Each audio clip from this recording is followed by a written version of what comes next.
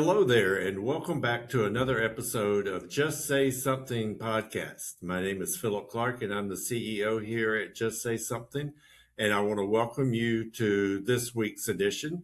Before we get started, I want to make sure that you like, follow, subscribe, and comment to our podcast, and remember and share it with your friends and let them know that they can find our podcast where they find their other favorite podcast. So today we have a special guest with us. He hasn't been on with us, but Dennis Gillan. Dennis, welcome. Philip, thank you for having me. I appreciate you taking on this tough subject. Awesome. Well, I appreciate you being here and willing to speak about it. So tell us, our listeners, about Half a Sorrow Foundation. Sure. The first thing I want to say about Half a Sorrow Foundation is where we got our name. It comes from an old Swedish proverb: a shared joy is a double joy, a shared sorrow is half a sorrow. Mm-hmm. And that's what we got to get better doing. And it's, I like to think I'm in the suicide prevention world, but I'm really in the mental health world. And I'm probably in parts of your world. All our worlds intersect. Right. Absolutely. At some point. Yeah. For desperate souls, anyone dealing with addiction or mental health issues or, suicidal ideation. It's a big tent. Mm-hmm. So that's what we do at Half a Sorrow Foundation. We focus on suicide prevention. I got here like many people who get in a nonprofit arena. I got here the hard way. I lost two brothers to suicide. Oh, wow. Ooh. Yeah, two brothers. Sucks the air right out of the room. Yeah, two. Mark in 1983 and then Matthew in 1994. And I wouldn't wish one on the devil himself. Right. So how old were they when? 20. Mark was 23. Matt was 21. What we say forever. Right. So as you look back at that,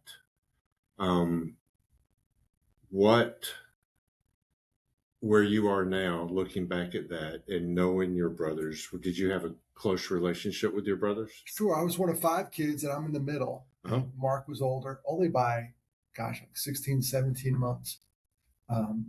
Back in the day when they used to bang out kids left and right. We lived in a cul-de-sac, Philip. It was hilarious. There's 3 houses on this cul-de-sac. 3 houses. Huh? 16 kids. Wow. 5 and 6. Holy cow. There was always something to do. Right. And Mark, if you think about Mark, where I was 20 when he died, and he was 21. He battled depression for years, and there was some substance use there. I've come to learn, like most things post-mortem, is people would come up to me at my brother's funeral, and they think they were doing me a favor. Right.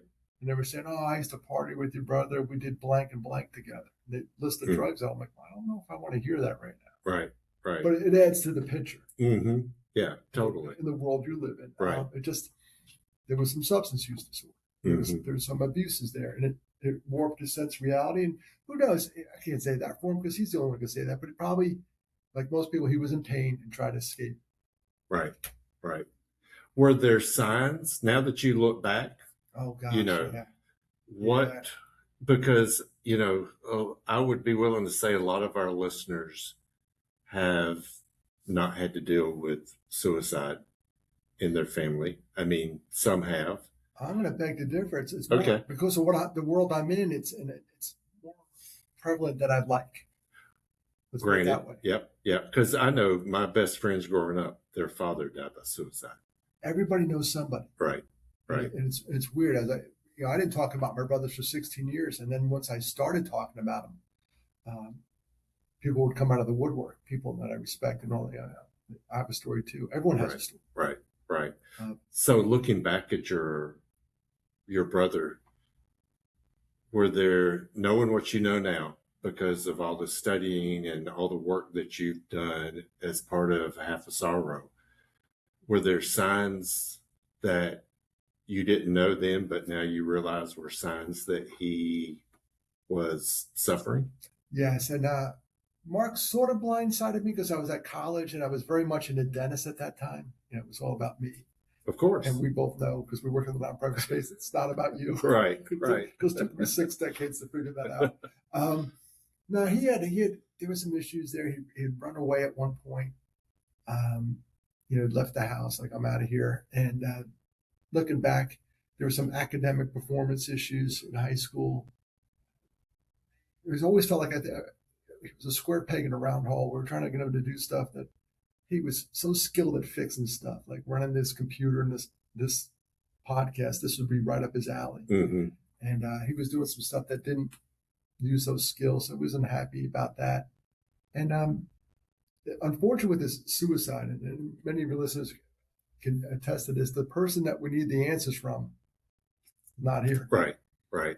Look at an overdose. Say, what were you doing? Well, the guy's not here. We can't ask him.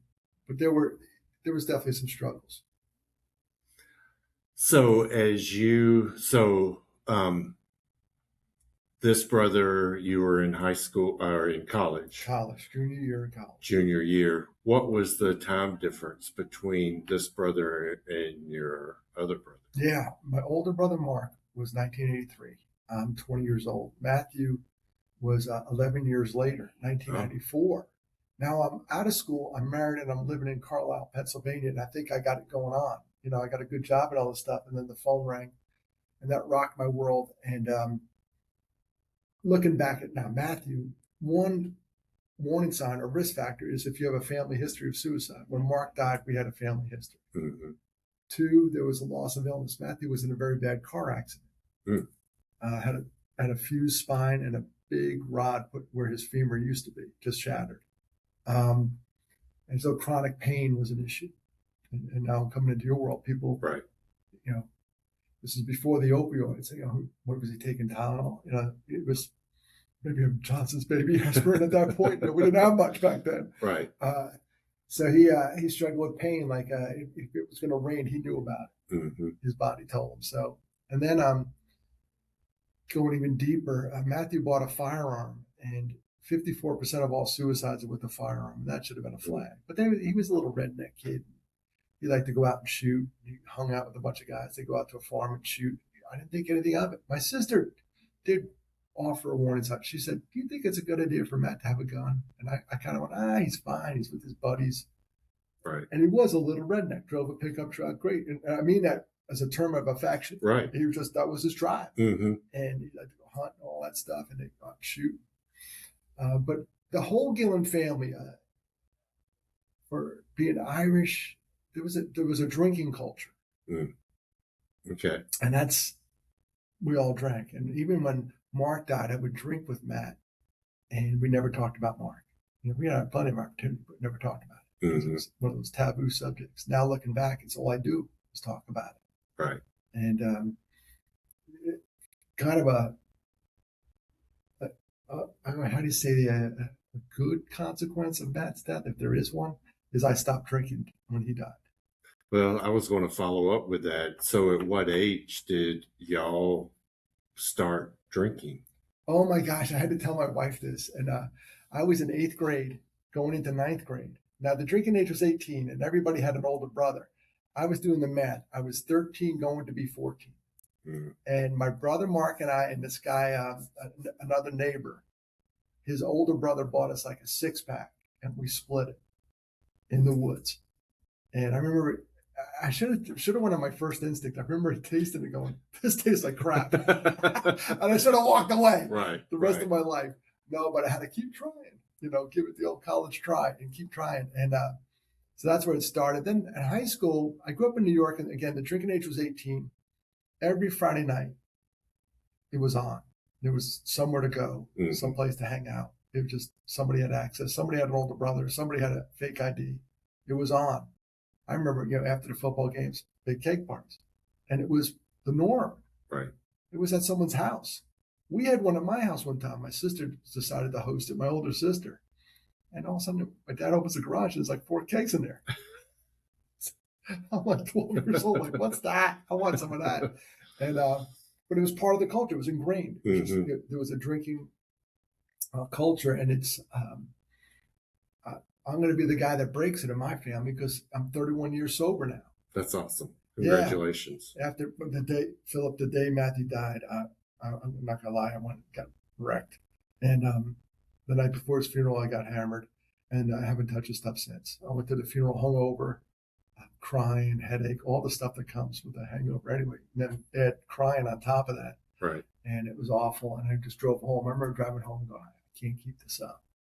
I decided to take a time out. Okay.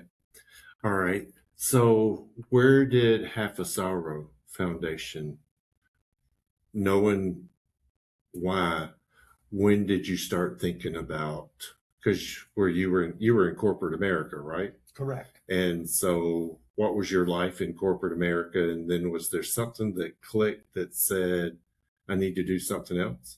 Sure. And I'm a big believer that, sometimes God takes things away from you so he can focus on what he wants you to do. Mm-hmm. I had a really good job up until about 2010. And then I got let go. It happens. Downsized. And it was awful. It was a really good job too. We used to say, we're eating gold for breakfast. And that got stripped away. Then I struggled with other jobs. Then I had a marriage blow up. And at the end of the day, the only thing I had left was this talk. I started speaking about suicide, and people said, you're pretty darn good at it. Mm-hmm. Can you keep going? And literally everything was stripped from me. The house is gone. The marriage is done. The kids are up and running. I have 2 boys, which is kind of ironic, right? I lose 2 brothers. I get 2 boys. 2 boys. Ha, funny, universe. Mm-hmm. Yeah. But here we are. They're awesome. And then in the end, I had nothing. I was like, well, let me try doing this talk. So I started going around talking about it. Some people, if they can, they pay. They make a donation. Mm-hmm. And then I was Dennis Gillan. For a while, I was DennisGillan.com. I'm like, think much of yourself, Dennis. It's not about me. It's not. Right. So in 2020, when I had some downtime, I said, you know what? I should start a 501c3. Because people want to help. They just don't know how. Right. And they say, hey, Dennis, can we support you? So yeah, you can write me a check, but it's going to go to my bank account. Now, if you help support us, it goes to this foundation, and I could do really cool stuff with programs like the Camel Hackle, all this other stuff. Mm-hmm. You're a fundraising guy. It's no money, no mission. Right. And it's been very, very nice. Because one time, I think when I was DennisGillan.com, one kid in Texas called me up, and I couldn't make it work, like financially. I'm like, you want me to fly down like 3 hours from Dallas? I'm like, that's 2-day backpack, from where I am. Like, there's no way. Right. And I hung up the phone. I had to tell the kid, I also had to get an honorarium, pay for my flight or something. Mm-hmm. They had no budget. And I hung up the phone, and I felt like crying. I was like, man. Someone said, what's up? I said, I had to say no for the first time. I always say yes. Mm. That was tough. Get you in trouble on my profit. Yeah. Definitely. Definitely. Say Trust yes. me. But now, like if someone calls up and says, can you come do something for me? And I just say, 2 questions: what time and what do I wear? Because of the wonderful donors who allow me to do that. Right. And then the cool part is some people pay me to speak. If you go to corporate events or conferences, and I had trouble with that for a while. Like, am I trying to profitize off my brothers? But I have a mission. And then one guy said something to me, Phil. He says, awesome. He said, it was Dennis, the paid talks allow you to do the free talks. There you go. Shut your mouth, take the money, and keep talking. Go. Yeah. And go. And that was an eye opener for me because I couldn't get my arms around it. Right. So you talk about the different talks that you have based on audiences. Give us our listeners that are out there, give them some examples of what your talks or maybe some of the different groups that you've spoken to maybe get, they may be sitting out there, what's his talk like, or those kind of things. The beautiful thing about it, Philip, and this being a nonprofit, I'll go anywhere. I'll go anywhere. I've spoken to like the PFLAG folks, and then the next day, a church. It doesn't matter. Right. It's all humans versus the dirt in my world. I don't care. I could barely do me. I'm not going to tell you how to do you. All I want you to do is stay on this side of the dirt. Right. That's how I look at it. So I've gone everywhere. Corporate events, military. I went to the FBI, the J. Edgar Hoover building in DC. Wow. And then I got to, West Nebraska Community College. So you go from the big ones to small and everything in between. One of the funniest gigs I ever had, I had to speak in a bar. Everybody was drinking. And then I got to the part where I don't drink. The bartender's like, hey, get off that. Stop it. You're killing me. Stop, right. Yeah, you're killing me. Anywhere. I think it was locally here. The PFLAG people had it was like in a garage, basically. Yeah, I'll go anywhere. Big audiences, small audiences, one-on-one. Okay. You know this. If there's a need, you go. Right. Yeah. And so as we look at our society today, many of our young people are suffering from mental health and addiction, what would be some advice that if there's a parent out there listening, what would be some advice that you would give a parent about potential signs to look for in their child, as well as, okay, if I notice this, then what do I do? Because a lot of parents don't know what they don't know. Oh, yeah. And we may have some overlap with our risk factors and warning signs. Sure. The family history went over. But some of the warning signs, right off the bat, people will start withdrawing and isolating. Okay. Maybe the truth with an addiction, too. Yep. Right? 100%. They're hiding something. Mm-hmm. In this case, they may be hiding their suicidal ideation. And there's behaviors, and also there's risky behaviors. So we put them in 3 buckets when I do the talk about talk, behavior, and mood.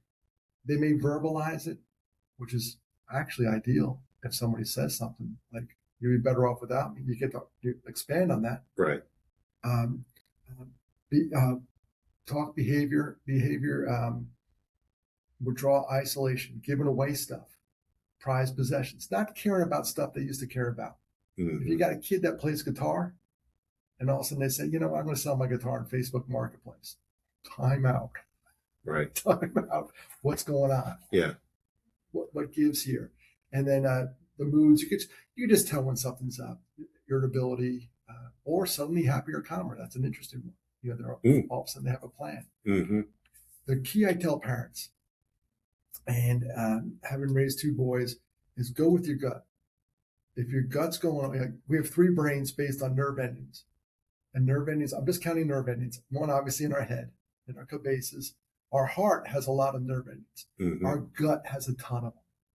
And if your gut is going off, like, this isn't good. And maybe it doesn't align with your heart and your brain, but your gut's going off, pursue it. That gut can tell you a lot. Pay attention to the tension, as Right. we say. There's something there like, wow. And I remember my ex-wife raising the boys, she would say something like, I think something's up with, one of the boys. And I said, they're fine, because I just blow it off. They weren't fine. She was right.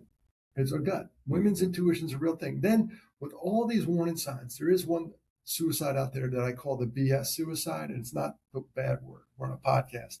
I call it the blindside suicide, okay. where they did such a good job of hiding all this stuff. Mm-hmm.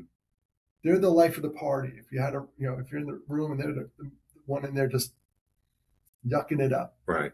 That one always gets me. I've talked to too many moms who said, I didn't see a thing. He lived in my house. One woman told me they were packing up to go on a trip the next day to Hawaii. Like, who doesn't want to go to Hawaii? I've never been. Who doesn't want to go? And that wasn't a strong enough incentive for this kid to live. They lost him that night. Yeah. So stuff like that. Go with your gut. So knowing what we know, because we're in this world, also knowing that I believe the age for the average person who dies by suicide is, I want to say 38 to 40. Middle-aged men are the worst. Yeah. The worst. What's happening at that point in their life that they feel like there's a couple things, and often it's not one thing.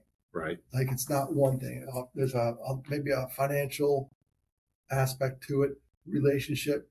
I have a friend of mine who does, she's a counselor, and she goes, every middle-aged man who's going through divorce, I ask him, are you suicidal? She doesn't even wait for the warning signs. She goes, right, and I love it. She go right for it, because I went through a divorce, and it felt like a death. Mm-hmm. And I love it. She goes right for it. So I thought that was brilliant. Looking back in your life, is this all there is? There's a lot of reflection. And you and I know, because we work in the nonprofit space, that you have to have a purpose in your life. Right. And sometimes if you're working for the man and it doesn't feel like you're being compensated properly or even respected, you feel like you lost your purpose. But you could easily find that purpose if you help others get what they want. Because again, it's not about us. It's not about us. Right. Your life is not about you. Right. One of the coolest things I have going on right now for my mental health is I put together this box garden for my wife, and it was way too big. She goes, you got to get rid of it. So I live near a homeless shelter that houses men. Miracle Hill. And I walked over there. I said, "Would you guys want this garden box that my wife doesn't want?" And they said, "Bring it." But they also give me a catch. And I love this. They said, "You could bring it, but you have to maintain it." Oh. We'll get the guys to help. Yeah. Okay. But you got to fill it with dirt because they have a lot of those people have a lot on their plate. Yeah. They're not taking on something else. And I said, "All right, I'll do it." So literally today, I'm going to stop by and see how our tomatoes are doing. And it's been this ministry of sorts. The guys come out. There's only a couple of guys that really into it, but every guy in there knows about it. Right. So that's been like a really cool aspect of my mental health. Yeah. Back to if you help others get what they want, you get what you want. And if Say that again. You can get anything you want if you help others get what they want. Okay. That's it. Yeah. It's old Zig Ziglar, like the old motivational tapes. You need a checkup from the neck up. You know, I used to listen to that guy in my car. But it's so true. You can get everything you want in life if you help others get what they want. I love that. It's spot on. Yeah. It's like really a mantra. Yeah. So knowing that resources for this type work, resources in the community, I'd be willing to bet that most of the community doesn't have any wherewithal other than maybe 911 of where to call or what to do. What are some local resources, not in just Greenville, but maybe the upstate, that you can tell our listeners about that they can reach out? All right. We're very blessed in the upstate of South Carolina that we have one of the call centers here, and the number now is 988. That's brilliant. Right. We lobbied for years to get that reduced, and it should be on everyone's phone. 988, you can talk to a trained counselor. Hopefully, the goal for all those call centers, they're trying to answer them locally. So if you're from South Carolina, like we are, hopefully someone from South Carolina answers. Now, there's an off occasion that it gets rerouted and you end up with someone in Nebraska, still a wonderful person trying to help. Right. So that's nice. Everywhere we go, we have a NAMI, National Alliance of Mental Illness, good friends of ours, right? Both of ours. Yep. Almost everywhere we go, they cover the upstate. Mental Health America is everywhere in the upstate. It's hard not to find a place. And then we're blessed from the state level with the South Carolina Department of Mental Health. And I know they have a new name. I just can't remember it. Yeah, there's been too many changes in Columbia. It's hard to keep up with. We're going to go with DMH, Department of Mental Health, that they cover all 46 counties. And we have a center here in Greenville. There's one, they call it AOP, Anderson, Oconee, Pickens. Spartanburg has a nice mental health center. I've been there and done some training for those folks. So, and now we also have mobile crisis. If you're in and I really should know this phone number, but just Google it, South Carolina mobile crisis. If you know somebody that's in a tough spot, maybe having a breakdown, you call mobile crisis, they will dispatch a counsel. Okay. All right. So as we bring this to a close, there's a couple of things I want you to let our audience know how to get in touch with you, where to find you, and then what is that one thing that you want everyone out there to know that maybe we haven't mentioned, or if you have mentioned it, you want to make more emphasis on that point? Great. 2 questions. First one, how do you get a hold of me? Go to my website. It's halfasorrow.org. HALFASORROW. Half a Sorrow, because that's where we get our name. Shared joy is a double joy. A shared sorrow is half a sorrow. You can fill out a form. You want me to come speak to a group, say the word. On that site, hopefully it pops up. You should be able to download safety plans. We have those. That's the best way to get a hold of me. Okay. And the second part of your question is, if I could say one thing, if one person out there hears me and all the trainings I do, everything I do boils down to this. Can you ask somebody, are you suicidal? And you have to say the S word. A lot of people want to say, oh, you ever think about going to sleep and not waking up? We've had friends of mine who overdosed and did not want to wake up. It was literally a suicide attempt. And they did not want to wake up. Right. And when they woke up, they're mad. Now I know a guy who did that, and he now helps other addicts. So God had a plan for him. Right. So it all works out. But can you say that? So are you suicidal? And Philip, when I go around the country, I talk to 2 people. One, you may be around somebody who's suicidal or in a mental health crisis. Let's go upstream. Suicide's the low rung of the ladder. Let's go upstream. Let's pick it off early. Right. So you may be around someone in a mental health crisis. And the other person I speak to, It may be you. Mm. I was doing fine. And then Matt died. Mark died, my older brother. I wasn't doing fine. Then I got back on my feet. I was doing okay. And then Matt died. And I wasn't okay. So I've been in both buckets.